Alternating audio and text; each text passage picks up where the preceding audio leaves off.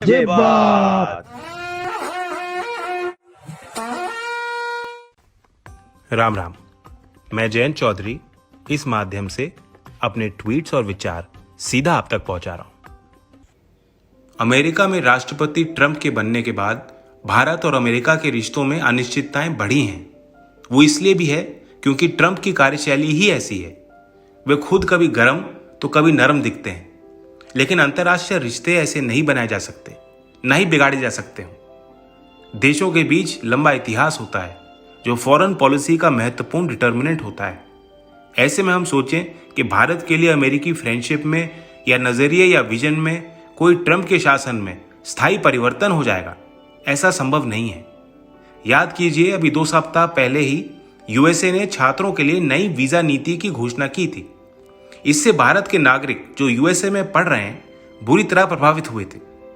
USA में अंतर्राष्ट्रीय छात्रों में भारत दूसरे नंबर पर है। कुल अंतर्राष्ट्रीय छात्रों का 20% यानी 2 लाख युवाओं को अमेरिकी immigration and customs enforcement department के निर्णय के अनुसार अपनी पढ़ाई को बीच रास्ते छोड़ना पड़ सकता था।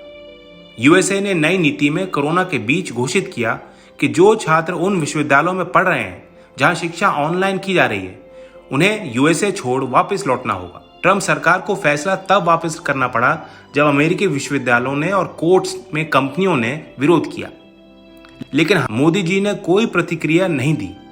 ठीक है, आप कह सकते हैं कि किसको वीजा देना है या वापस लेना है वे देश का निजी निर्णय होता है, हम दखल कैसे करते।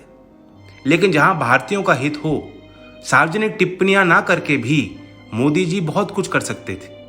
अपने प्रिय मित्र से फोन पे बात कर सकते थे, ऐसा उन्होंने नहीं किया। कितने और उदाहरण आपको दे सकता हूं जहां हमने अपने देश के हित का बचाव अंतर्राष्ट्रीय फोरम्स पे उचित किया ही नहीं। जिस ट्रंप को कोरोना के विस्फोटक फैलाव के पहले हम गुजरात में नाच गाना दिखवा रहे थे, मेहमान नवाजी कर रहे थे, आज फिर उनके दबाव में हम क्यों हैं? आज उस अमेरिका के दबाव में, अपने फ्रेंड के दबाव में क्यों है मोदी जी? अभी चुनाव है तो यूएसए चीन के विरुद्ध मोर्चा खोले हुए हैं। और याद करिए, खुद ट्रंप ने चाइना के साथ जनवरी में ही दोस्ताना व्यापार करार घोषित किया था। ऐसे में भारत किसी का पिछलग्गू या पिट्ठू नहीं बन सकता। हमारे और चीन के बीच जो तनाव या टकराव हैं, हमें उनसे खुद निपटना है और हम सक्षम हैं। हमें किसी भी अंतर्राष्ट्रीय टकराव या ध्रुवीकरण में हनुमान बन के नहीं घुसना चाहिए। ऐसे में इंडिया और यूएसए के बीच ट्रेड समझौते के संबंध में भारत के कॉमर्स मिनिस्टर के बयान की तरफ मैं आपका ध्यान आकृष्ट करता हूं। अमेरिका ने दबाव बनाया है कि अपने मार्केट को भारत के निर्मित दवाइयों के लिए खोलने के बदले कृषि में अमेरिका के उत्पाद को बिना रोक टोक रियायती दरों पे भारत में आने दिया जाए। पीयूष गोयल जी कहते हैं, I believe we gave a quick trade deal which has some of the pending matters built up over the last couple of years which we need to get out of the way quickly. We are almost there. ऐसा उन्होंने US India business council India idea summit में कहा है। देश को आत्मनिर्भर बनाने के नारे को भारतीय शहरी मध्यम वर्ग को विजनरी पॉलिसी के रूप में बेचने के लिए क्या भारतीय किसान को कुर्बान होना पड़ेगा?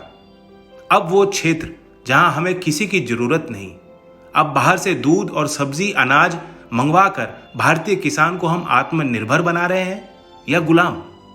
पहले ही देश के किसानों को उचित मूल्य, सरकार का घोषित न्यूनतम समर्थन मूल्य एमएसपी भी नहीं मिलता, और अब तो वैसे भी किसान को मिल रहे भाव में सरकारी देखरेख और नियंत्रण मोदी जी ने अध्यादेश लाकर बिल्कुल समाप्त कर दिया है। जहां पहले ही घरेलू मांग से ज्यादा उत्पादन करने वाले किसानों को जब देश में बड़े पैमाने पर यूएसए से दूध और कृषि उत्पाद का आयात होगा, भाव कैसे मिल सकता है? इसलिए मैं मंचों से किसान वोट बैंक की बात कहता था, क्योंकि हर मोर्चे पे किसान को सतर्क रहना होता है। जिन पे विश्वास कर दूसरे मुद्दे हावी होने दिए हैं किसानों ने, ये सब नीतियां उसी का नतीजा है।